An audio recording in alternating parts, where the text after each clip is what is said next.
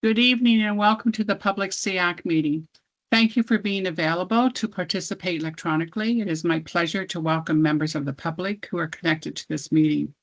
SEAC appreciates your interest in public education in York Region.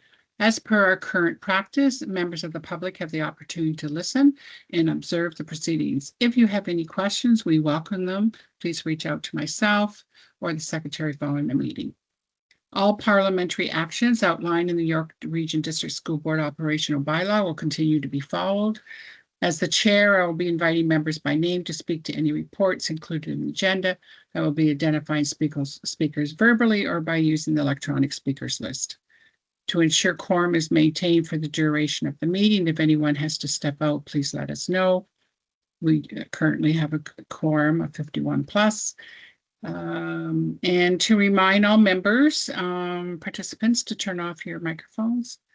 And other than that, I think we are ready for me to turn it over to Stephen to do our land acknowledgement. Go ahead, Stephen. Thank you very much. And through you, Chair Zeraldo. I just wanted to, before reading the land acknowledgement itself, just wanted to acknowledge and call to attention that Tuesday, May 5th, was Red Dress Day. Pardon me, sorry. Which, of course, is the day of calls for action with respect to murdered and missing Indigenous women and girls and two-spirited peoples. So while the day is one of commemoration and recognition and remembrance, it is also that call to action to address those pieces of our society or elements of our society that continue to disproportionately affect Indigenous women, girls, and two-spirited peoples with violence and disappearance. So with that in our minds as well, we affirm that we are all treaty people and acknowledge that the York Region District School Board is located on the lands of two treaties. These treaties have been signed with the Mississaugas of the Credit First Nation and the First Nations of the Williams Treaties, who are the Mississaugas of Alderville, Curve Lake, Hiawatha, Scugog Island, and the Chippewas of Beausoleil, Arama, and Georgina Island, who is our closest neighbor and partner in education. To honor this agreement, we will take up our responsibility to be respectful of their traditions, knowledge, and inherent rights as sovereign nations.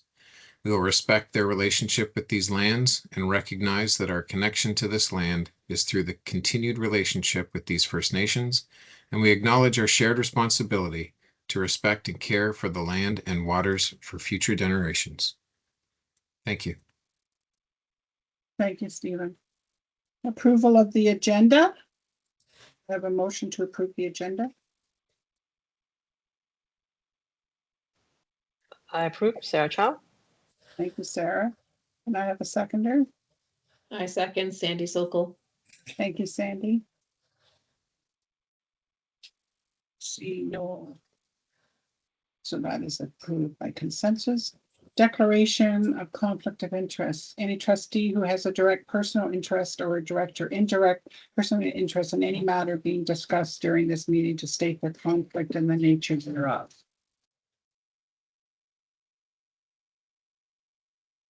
Sure, Trustee McCarthy would speak up if she did. So what I would like to do before we move on is just to give regrets from Sue Walters, as well as Trustee Big Canoe and Carolyn Butterworth and Estelle Cohen. Lots of activities going on tonight. So everybody's splitting their time. Yes, Chair Zeraldo, it's Pamela McCarthy here. I just wanted to echo what you were saying. Those trustees love to come to this wonderful meeting, but they are involved in the YRP event and they had a hard time. So I encourage them to go to that event, and I'm happy to be here to support and represent the trustees and bring the information back to them when the meeting is complete. So thank you. Thank you. Okay, approval of the April 16th minutes. Can I have a motion to approve those? And anybody can do that. I can do that. Pamela McCarthy. Thank Oh, you. sorry. Pamela. Thank you. And I have a seconder.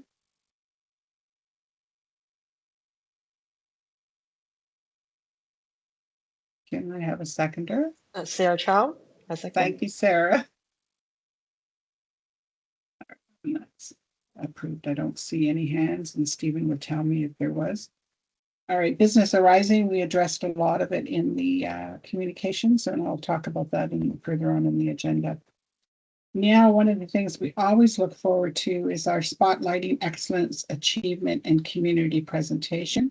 And I will turn that over to Shannon to do that spotlight. Thank you. Good evening, everyone, and through you, Madam Chair. Tonight, our Spotlighting Excellence Achievement and Community video is going to highlight a student who, now that it's May, is probably getting ready and looking towards the next couple of months because she'll soon be graduating, and all of her accomplishments at Pierre Elliott Trudeau High School. Her leadership, passion, and determination all around the idea of raising awareness is at the center of the work she does in her school. And you will see layered through the video is her candid connections to identity, disability, and ultimately her goal of making positive changes in her community.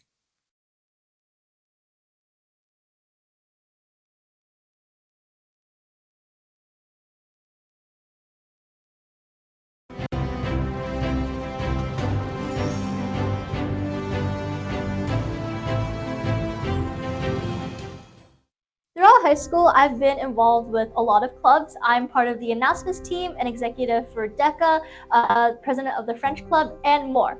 But probably my favorite thing to do in high school has been leading and running some of my own projects. Last year, I started the Teal Project. It's a youth-led nonprofit campaign raising awareness about Tourette syndrome and neurodiversity. I was diagnosed with Tourette syndrome when I was 10 years old. Tourette's is a neurological disorder that causes uncontrollable movements and sounds called tics. I was told by the doctor that this is a disorder I would have for the rest of my life, has no cure, and could get worse as I got older. Back when I was first diagnosed, I was terrified of being labeled as having Tourette's, of having this brain disorder. I felt like I wasn't the same person anymore. I felt very broken and ashamed of being different, that kind of bad different. And so I made the decision not to tell anyone at my elementary school I had Tourette syndrome. Unfortunately, my tics became more severe and my classmates would notice. Because I didn't explain anything to them, they started assuming things about me, and eventually I was bullied and ostracized by my classmates. That's when my mom encouraged me to stop hiding my disorder and instead advocate to tell my classmates the truth about my disorder. We put together a small class presentation on Tourette syndrome, and I presented it to my 4th grade class.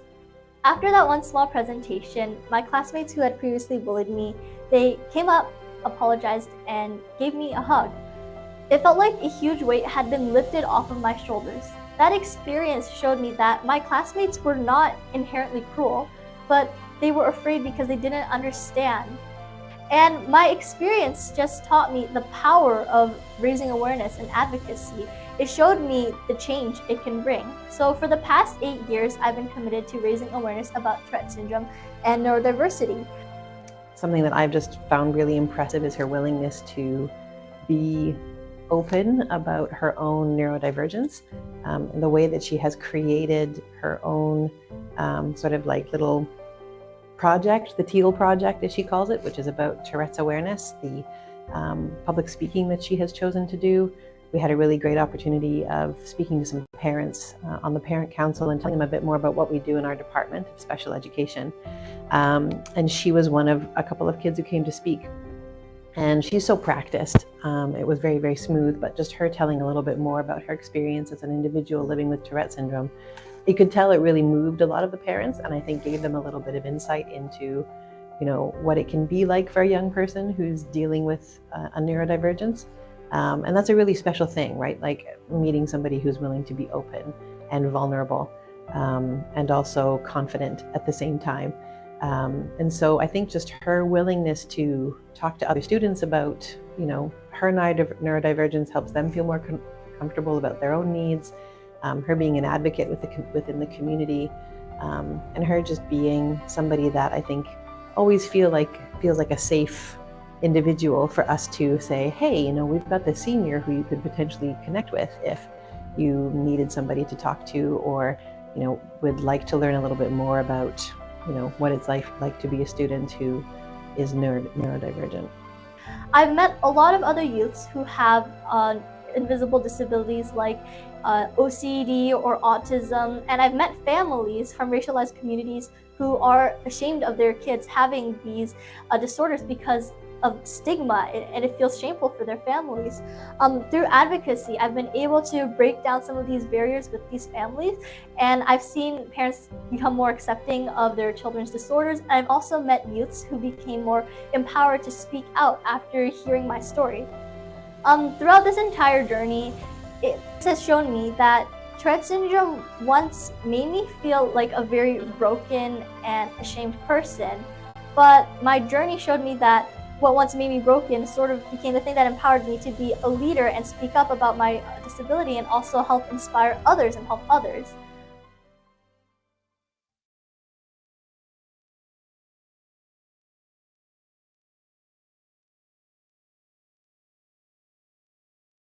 Thank you, Shannon. Another great student to show the importance of student voice and advocating. So another one of those students that should be getting an award of some sort, CEC or wherever. All right. The next item is special announcements. Is there anyone around the table from the organizations who do have announcement that they would like to present at this point?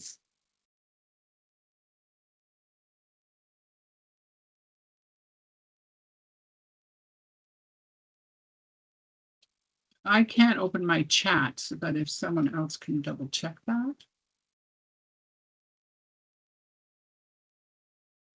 So there's no announcements at this point. Okay. So, Nope. All right. So we're all looking forward to the mental health strategy update and report card. And Wendy, I'll ask you to introduce Patricia. Go ahead. Yes, thank you. And through you, Chair Zeraldo, no stranger, sorry, to this group. Patricia Mara Stapleton is our mental health lead. And as you may remember, there is a requirement for every school board to have a mental health and addiction strategy. It is hard to believe that we are coming to the end of the cycle of this first mental health and addiction strategy. And we are embarking on, starting next September, coming back to all of our partners, including SEAC, to get some input on what we should be including in our next update of the mental health and addiction strategy. And so to that end, we wanted Patricia to come and just provide a little bit of an overview of some of the work that has been done, so that when we come back for your input, it will be a little bit fresher than the last time we did this, which was, I think, 5 years ago. So without further ado, I'm going to turn it over to Patricia Mara Stapleton.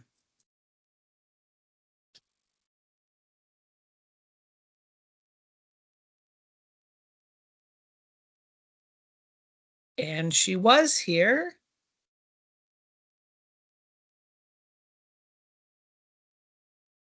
Patricia?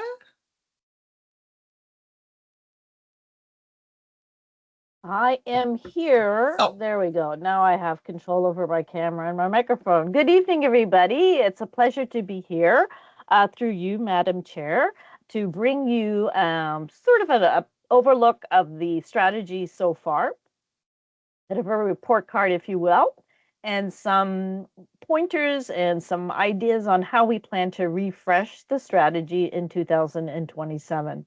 So as far as a report card, what you see on this slide is that of our 86 actions contained in the mental health and addiction strategy within, between, and around, we've completed 72% of those actions, and we have about 17% of them still in progress. There's a small percentage, 10 in fact, that are still not started, and we are working very diligently on those actions that have yet to not be started. For those of you on the call with some experience and familiarity with strategies, you will know that strategies typically don't reach 100% completion. A good strategy always leaves something on the table to work and strive for. It's those last 10% that have yet to be started that are typically complex or multi-layered, and ours is no different. On this slide, you'll see a bit of a roadmap, if you will, of where we have mapped out our plans to refresh the strategy for 2027. For those familiar, you know our strategy is within us, between us, and around us. And it's an intentional way to focus on the fact that mental health needs to be holistic. There's many facets of relationships and community that impact a young person's mental health. So we began this fall in reviewing our strategy tracker, taking stock of where we have been, moving into working through a consultation framework with our research and assessment friends here at YRDSB. You might remember that our strategy, before the pen was even taken to paper, consisted of a robust community consultation, including SEAC. We'll be doing that the same way this go around to see how we've done. Where have we come? Are there things we've missed and gaps that still need to be addressed? In the fall of this coming year, we will begin our consultations with community. We've worked hard with research and assessment to create some questions to explore what our community might be wondering about, to conduct focus groups on some of the key strategies and initiatives that we've enacted. And our hope is that once everything is said and done, we'll be able to launch the refresh of Within, Between, and Around in the fall of 2027. So you might be asking, what are those things that have yet to be unpacked? And on the next slide, you'll see a little snapshot of how those things kind of present themselves. So in each facet of our strategy within, so that very briefly talks about the gifts, strengths, and assets that each child has within themselves, you'll see that some of the actions that are highlighted have already begun since our last report card. But we still need to work on providing more direct points of access and information for families. And we have some ideas on what that might look like, but our ideas are just scratching the surface. We really need to hear from parents, and that's part of what the focus groups will be about in the fall. The Between, just to refresh, is relationships that students have with family members, friends, community, and their educators. And we've begun some of the pieces that still remain, and some of the things that we need to continue to work on is creating a better understanding of healing-centered approaches to substance misuse and harm reduction for all audiences. For our Ministry of Education, substance misuse, vaping, and harm reduction are a big focus going forward. At YRDSB, we want to raise awareness for all our audiences, students, staff, parents, and families on what that might look like. There's a huge connection between substance misuse, including vaping, and mental health. So this is something that we will continue to be tackling. In addition, co-creating a student leadership framework that will give our district the roadmap, if you will, of what are those key foundational pieces that create good leadership among students. We do that with our adults. We need to do that with our students too. We just saw a video example of a young student who took their barriers, their disability, and created a leadership initiative out of that. Self-affirming, and in addition, raising awareness with their peers at their school.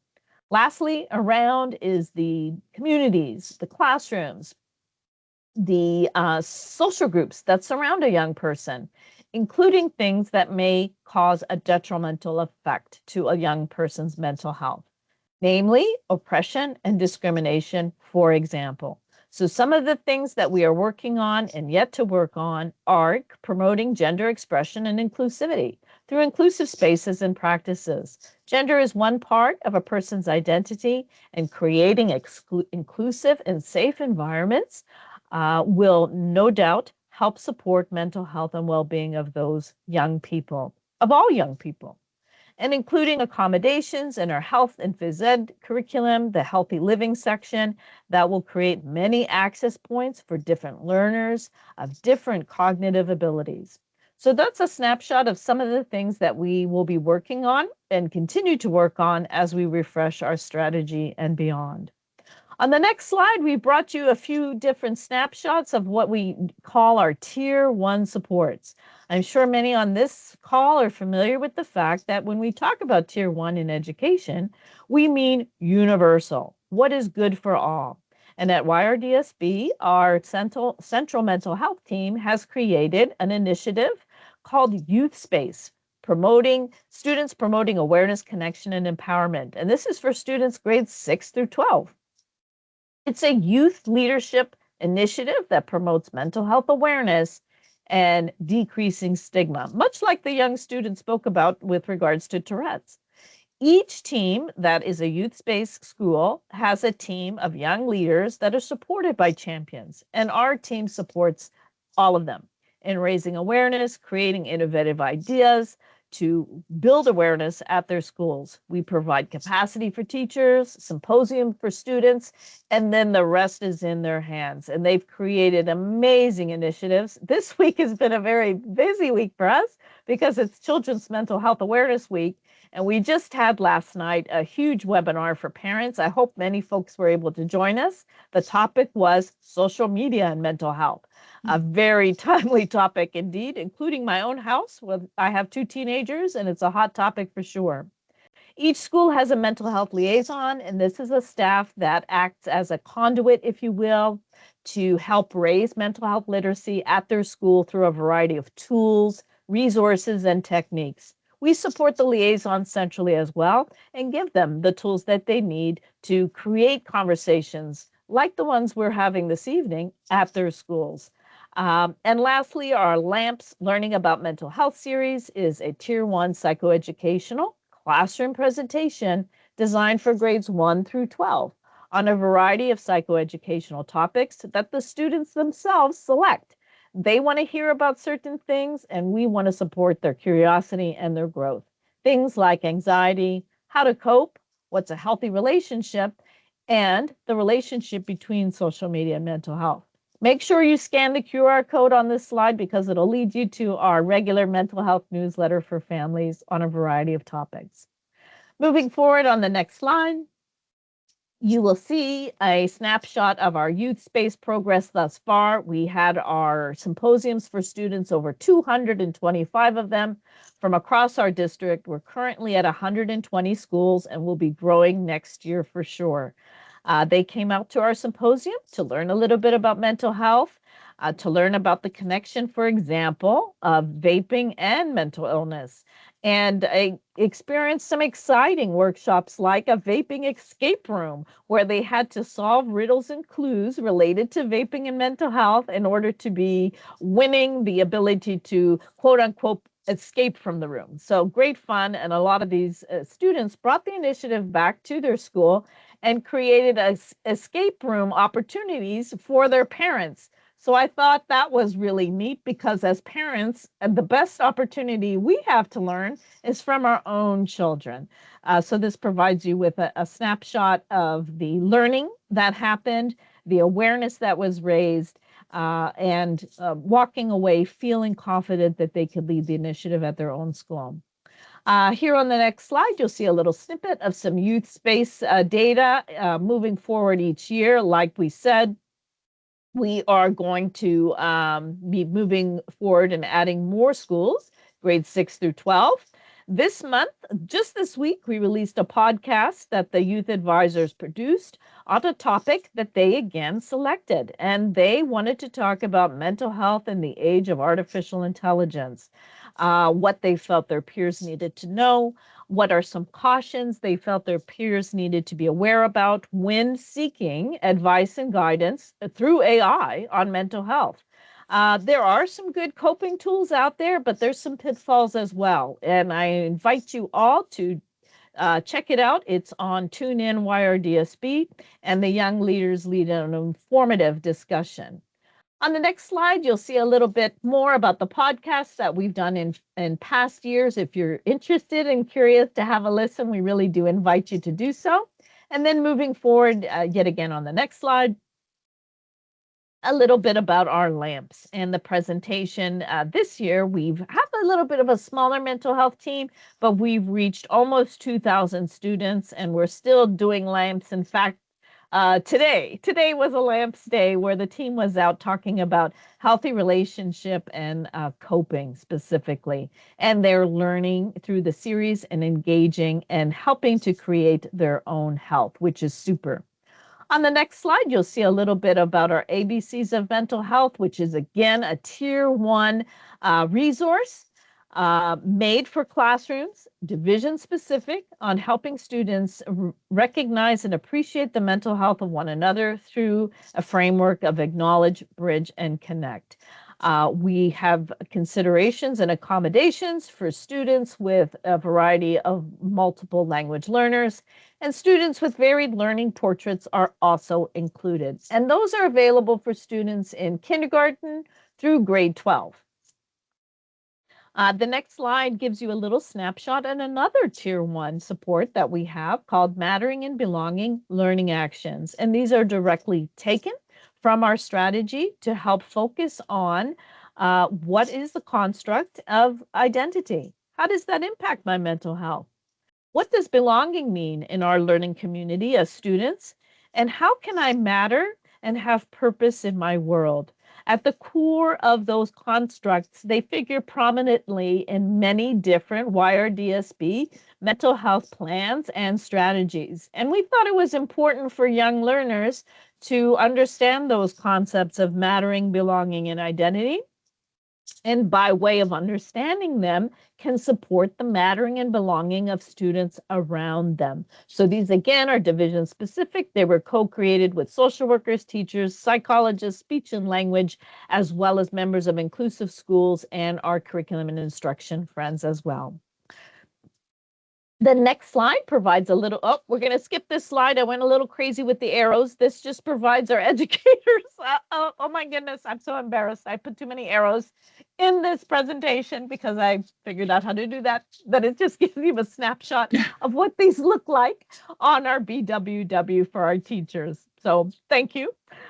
Here we have a little bit more about our liaisons. And like I said, they support mental health literacy at their school from a variety of things like PA announcements, newsletters, and brief conversations at staff meetings, for instance.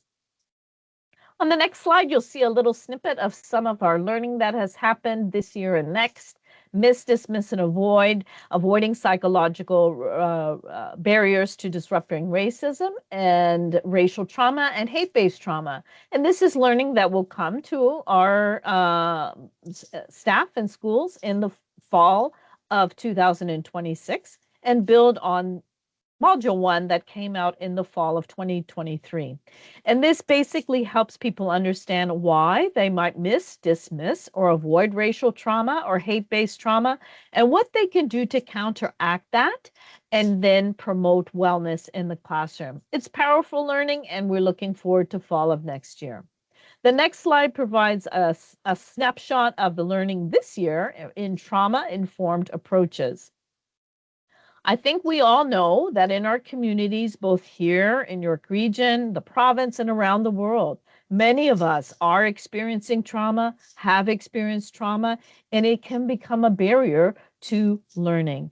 We like to have people in what we call a learning brain, where they are calm, receptive to learning, and able to be curious and playful. Trauma disrupts that learning brain and puts a child in what's known as survival brain. So we invited members from each of our schools, as well as consultants, to come out and learning. And to learn through the one-day workshop, where they also get to practice some techniques and how to bring them back to the classroom.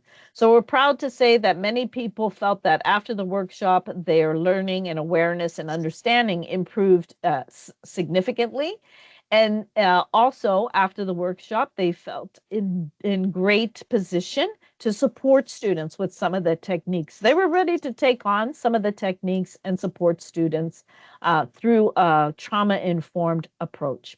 And last but not least, on the last slide is just a reminder that we continue to include in our strategy and our learning suicide intervention training and awareness. And we offer this through a variety of modalities, both through applied suicide skills intervention training, which is 2 days, and Safe Talk, which is a half day. Just to share with this group, 2 years ago, we began to provide Safe Talk training with our parent and guardian community. And that has been a very rewarding experience for me as a trainer and humbling as well. Great conversations to build safety in the most important and critical of ways. And that's it. The last slide will give you some ways to contact me. So should you have any questions, or if you want to follow us on social media, we're on Instagram.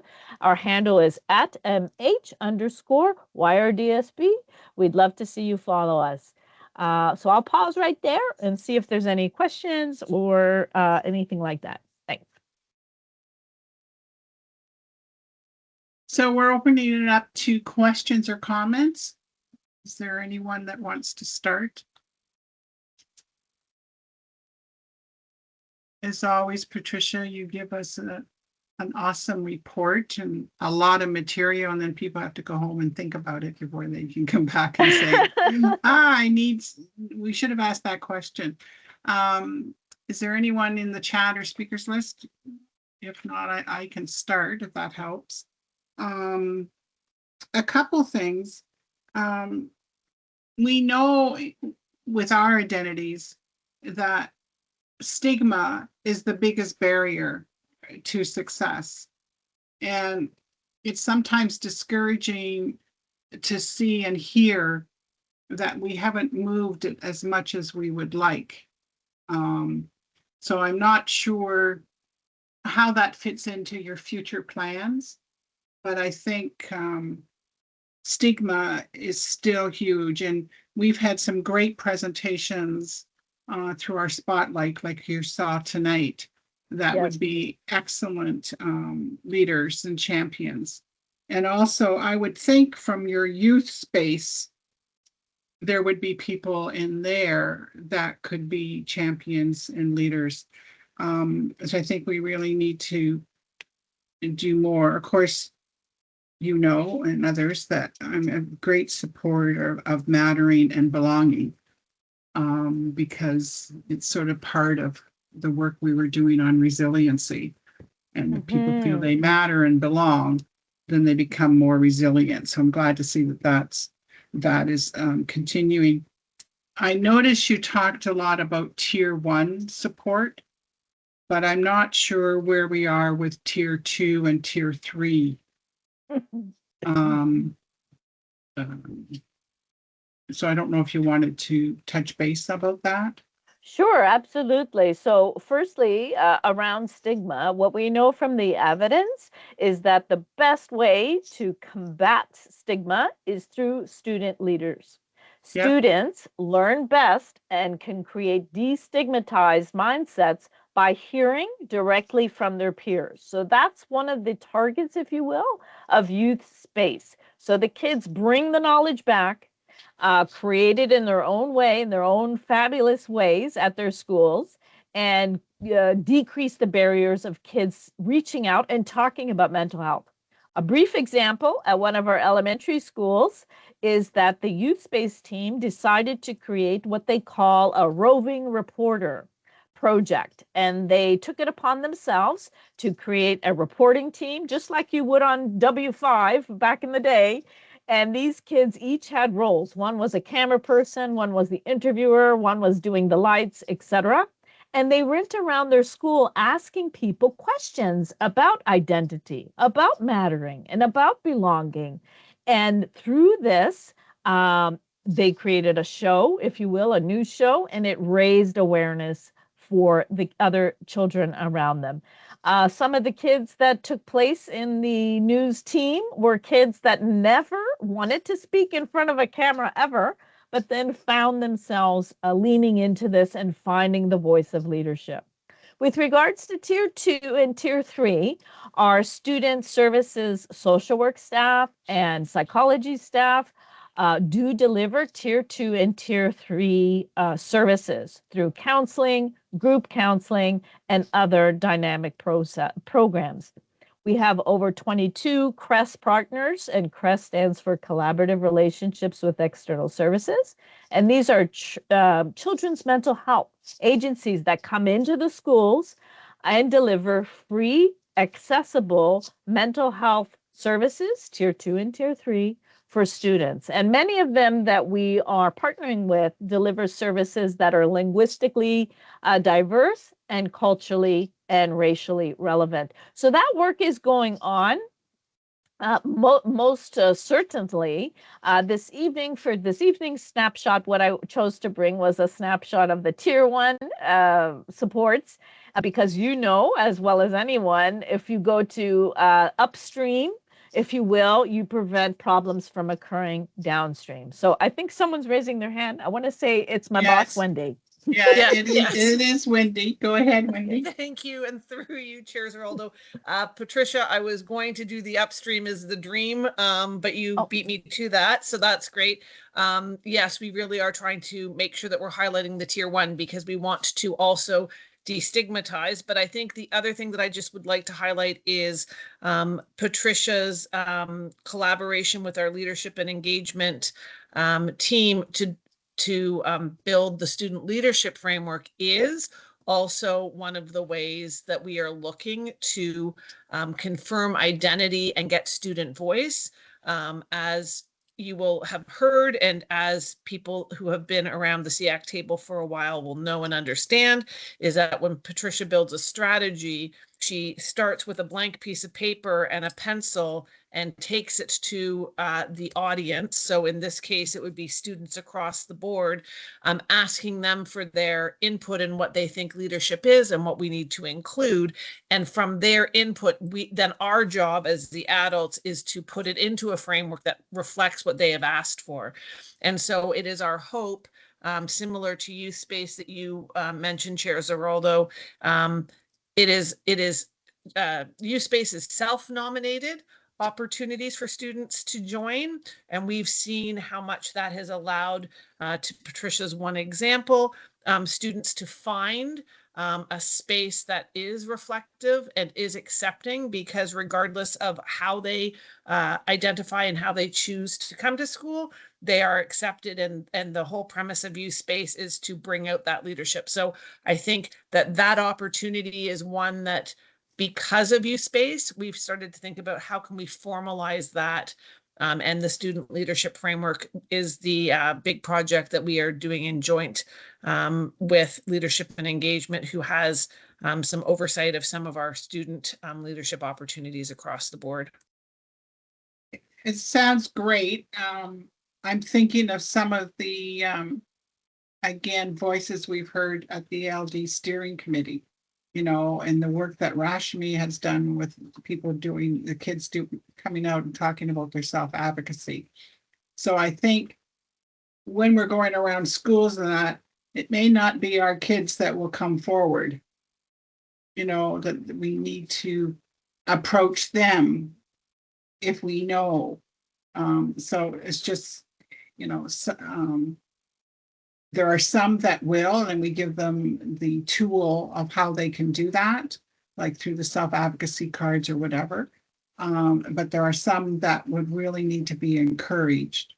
And of course, you're right, students need to hear from students, and there are lots of students with disabilities or abilities, whatever way you want to look at it, who could be part of that Youth Space and part of that leadership strategy you're talking about. So Absolutely. But I think with our kids, I think you really have to approach them. Yeah, certainly. Directly. And we provide both avenues, both where a student can nominate themselves, or a caring adult can nominate them to youth space. We have, not one size fits all. In fact, currently on our youth space advisory, the group that made the podcast that we hope you'll listen to about AI and mental health, some of those students are students that are neurodiverse and have different learning abilities and different talents and gifts. And not everybody on that committee is behind the microphone. Some are behind the scenes. There is work for everybody. This is important work, and together we can make it really shine. So thank you for making that point. You're welcome. Is there anybody else that has any comments? As you review some of the material, and I'm sure within your own community and organizations, you would have student champions that you would want to highlight towards Wendy or Patricia. So keep that in mind as you go forward. I am not seeing anybody else in the speakers list, and someone's checking chat. So I'm assuming that it was a great, a lot of thought in how you present. You've always brought across the strategy and how, as far as an accountability process of where we're at, Thank you. So Thank you. And we'll be back when we have the next draft of the next iteration, and hopefully have some more conversation then. That's great. So thank you on behalf of SEAC for all the work you do to ensure our students feel like they matter and belong. So thank you. Absolutely. Thank you. And we'll talk real soon. For sure. Bye for now. Special education plan update. I'm going to turn that over to Stephen.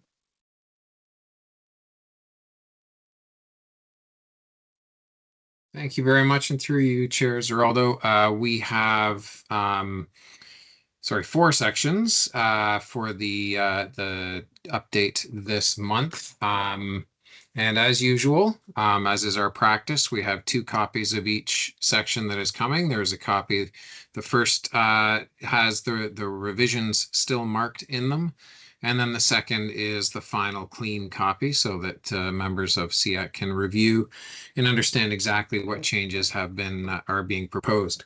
And again, as well as every month, if you have anything that you see there that you have questions about, or comments, or suggestions for, please use the feedback forms in the agenda, or you can just reach out directly to Chair Zeraldo or myself, or the secretary, and just let us know what your thoughts are around it. So in section 1, which is the board's consultation process, we really just updated dates and some language to ensure alignment with the current consultation processes. In 2.6, which is specialized health support services in school settings, we just updated that to reflect our current programs. 2.11 is actually the second time this is coming back, because as we review all of our sections, sort of an additional time, because next month we'll be bringing back the entire special education plan for approval and to be finalized and go to the Board of Trustees later. We did notice that there were some anomalies in the EA numbers that had been reported in those staffing pieces, so we updated those to make sure that they were as accurate and correct as possible. There have been some changes through the school year based on attrition and pieces like that. And then 4.0, which is our coordination of services with other ministries and agencies, updated the name for our care and treatment programs from what was the ECPP to now the Care and Treatment Education Program, CTEP.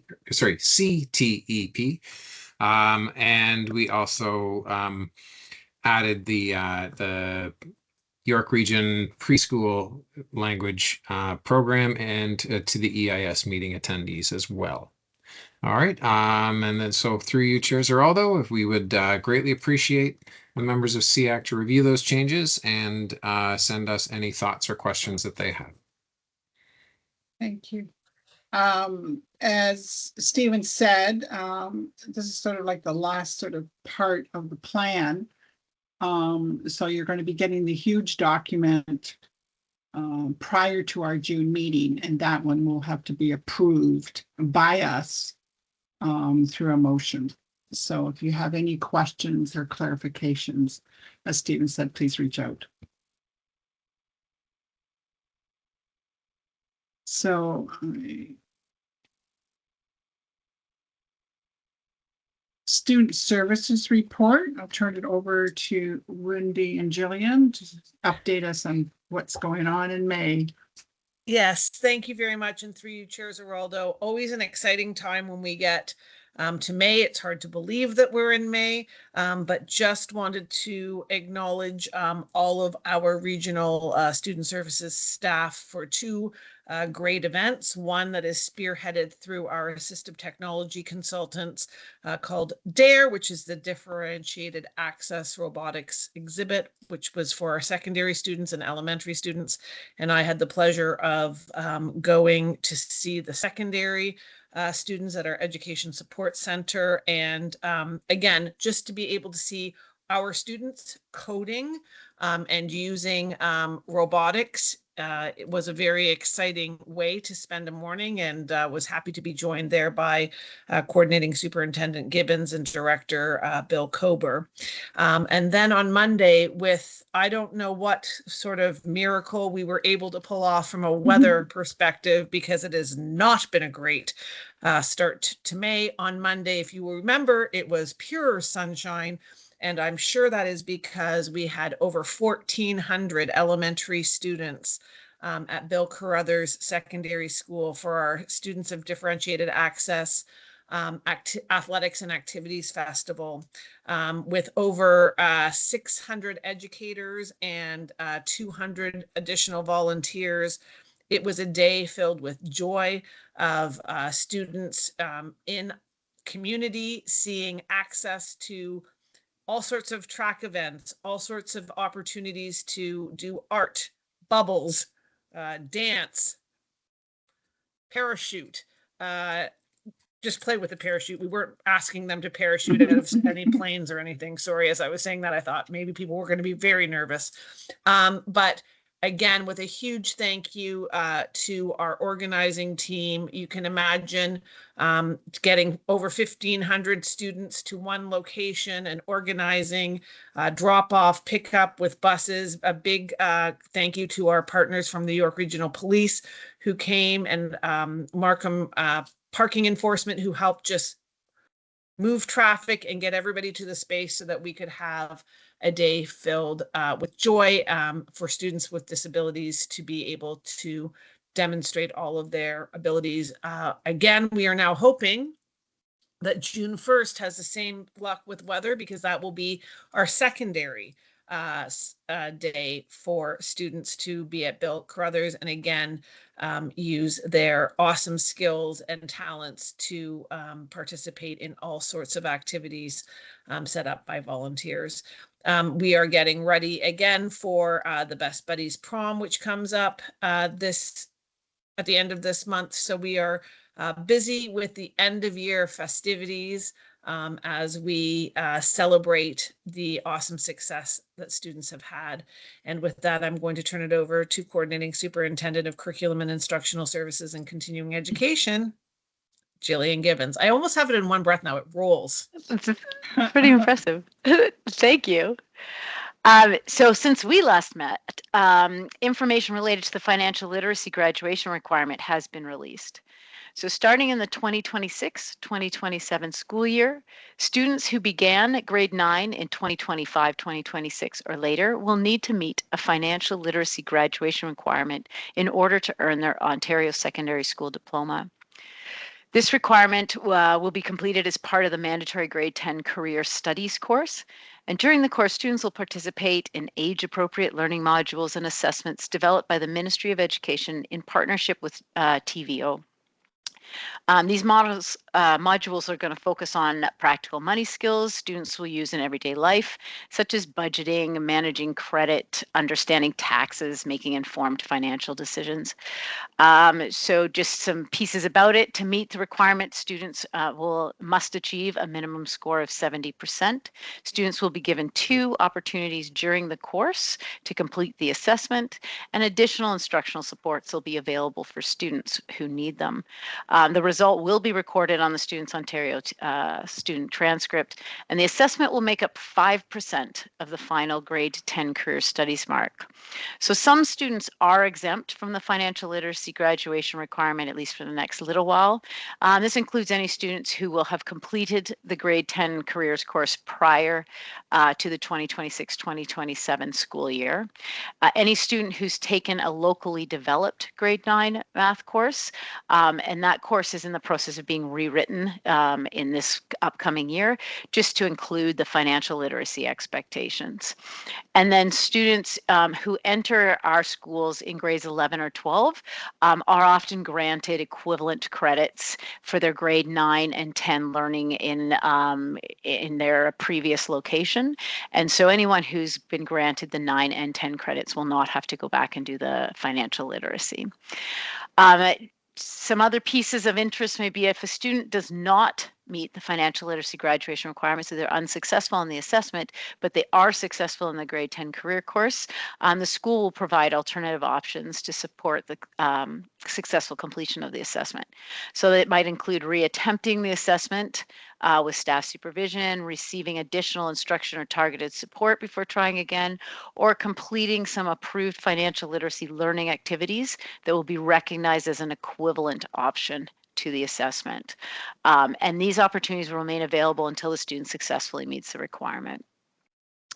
Throughout this process, parents are actively involved in deciding the next steps and with guidance and support from the school. So this new requirement is designed to ensure that all Ontario graduates actually leave school with the knowledge and confidence to manage their finances as they move off into their future, so that they can be financially aware and make good financial decisions. So that's the biggest update that we have. I know there'll be other things coming in the future. So thank you.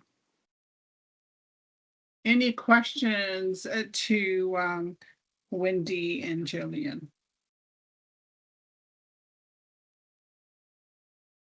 Seeing none, of course, I'm glad to see finally that we've got a little bit more direction on financial literacy as a member of that task force. But of course, we did not recommend it to be part of a graduation program. But this government has decided to add that. But I feel strongly about the financial literacy being integrated throughout our curriculum, etc. So glad to see that there's quite a bit of options to ensure that that student is successful on it. So thank you. Successful practices and challenges. This is where any member of the people around the table can bring up any successful practices that they know or challenges that they want to discuss.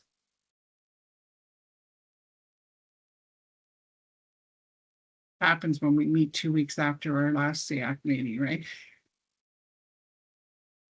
All right, seeing none, we'll go to the policies and procedures. There's just 2, which I did mention at the last meeting, but I will mention again because it's really important that people go to the website and look at the policies and give some input. So one is 422, which is on facility partnerships, and 601 to do with First Nations, Métis, and Inuit education. So those are the 2 policies at the moment. But again, I really encourage each and every one of you and anybody else in your organization to look at those policies, because it gives you insight of what the board's policy is, and that we have some options to give input as well. Communication and subcommittee update. There's a few things. Special edition. We need to get that information to Stephen or myself by May 22nd. So if you can all start working on that. the famous evaluation form, the stop, continue, and start. Some of you have sent it in, but we don't have everybody. So if you can take a few minutes, even if it's like everything's fine, is great, but we just want to make sure we hear from everybody. So I would encourage you to get that in as soon as possible. We're also looking at future topics or brainstorming ideas that you would like to have on the agenda. There may be a topic that you would like to have more discussion on, an open discussion among the SEAC reps. So please feel free to let us know, and also let us know about any other topics that you would like to hear. So I was so keen to get to policy that I forgot the report from the board. Sorry, Pamela. So if Trustee McCarthy can do the report from the board, that would be great. Yes, ma'am. I'm here patiently waiting. I was really excited to hear everything that was going on. So let me pull it up. There we go. So it's my honor to bring the report from the board at the April 22nd, 2026 Learning Equity and Wellbeing Standing Committee meeting. Trustees received a Student Achievement Action Plan report. This report shares an update on how the board's action plans have improved student outcomes through the following key initiatives. 1, achievement of learning outcomes in core academic skills. 2, preparation of students for future success. And 3, students engaging and well-being. Specific key actions may be found within the report under each heading. At the May 5th, 2026 board meeting, trustees received a director information report. The report focused on information, including why are DSB students represented this board at Skills Ontario, a province-wide event that provided instructional opportunities to involve students and with activities and resources that provide technological education, mathematics and digital literacy, problem solving, and critical thinking skills. The recent Moonshot Aerospace event and career exploration workshops delivered through the Specialist High Skills Major SHSM program, or called SHSM. A new YRDSB police record check, the PRC tool, to support compliance with ministry mandated requirements for volunteering staff. Administration of spring EQAO assessments central to school-based teams and working collaboratively to ensure that all students, including those requiring accommodations, have a successful assessment experience. The YRDSB 2026 to 2027 school year calendars have received formal approval from the Ministry of Education and are now available on the public website. The YRDSB annual Celebrating Students' Success and Human Rights Ambassador Award celebration took place in April. New this year, one Human Rights Award was designated to a student who champions accessibility by removing barriers and promoting inclusive learning environments for students with disabilities. The report will be shared with committee members following this meeting. Thank you, Chair, for this opportunity, and I'm happy to take any questions. Thank you, Trustee McCarthy. I really appreciate you being here tonight. Any questions to Pamela through the board? The last thing I would talk about from the communications and also Business Arising is the budget input that you all gave at the last meeting when we met in person. We got quite a bit of feedback, so that summary will be sent out to you all following this meeting. There's about 6 or 7 items that are really not budget focused but things that the staff are working on, so we will figure out ways to bring those forward. And so then once you'll get that summary, and that's partly what will go to the board. If you have any questions of what's on there, the point forms that we have, feel free to reach out to me as soon as you can. And then we'll be doing a sort of another PowerPoint that I do when I present in May to the board. So that takes care. And, there was a lot of great feedback. So it was great that, we got your feedback from your organizations. And that's always a good thing, because this is the time to give as much feedback as we can, even though we know that a lot of it is maintained, don't lose what we have, and then go from there. Unless there's any other questions or comments, we can actually adjourn, which is probably the earliest we've ever adjourned in a long time, but that's okay. The next meeting, of course, is in June the 4th. So, and that'll be our last meeting before we go before September. So in the meantime, feel free to reach out to me at any time, or to Lori or Wendy and her team. And thanks for all you do, and we'll see you all in June. Meeting to adjourn. I don't see anyone saying no, so that's the consent. There it All right. is. Thanks, All right. everyone. Thank you. Have a good night. See you in June. Thank you. Good night. Thank you, Thanks, everyone. David and Chris. Bye. Bye-bye.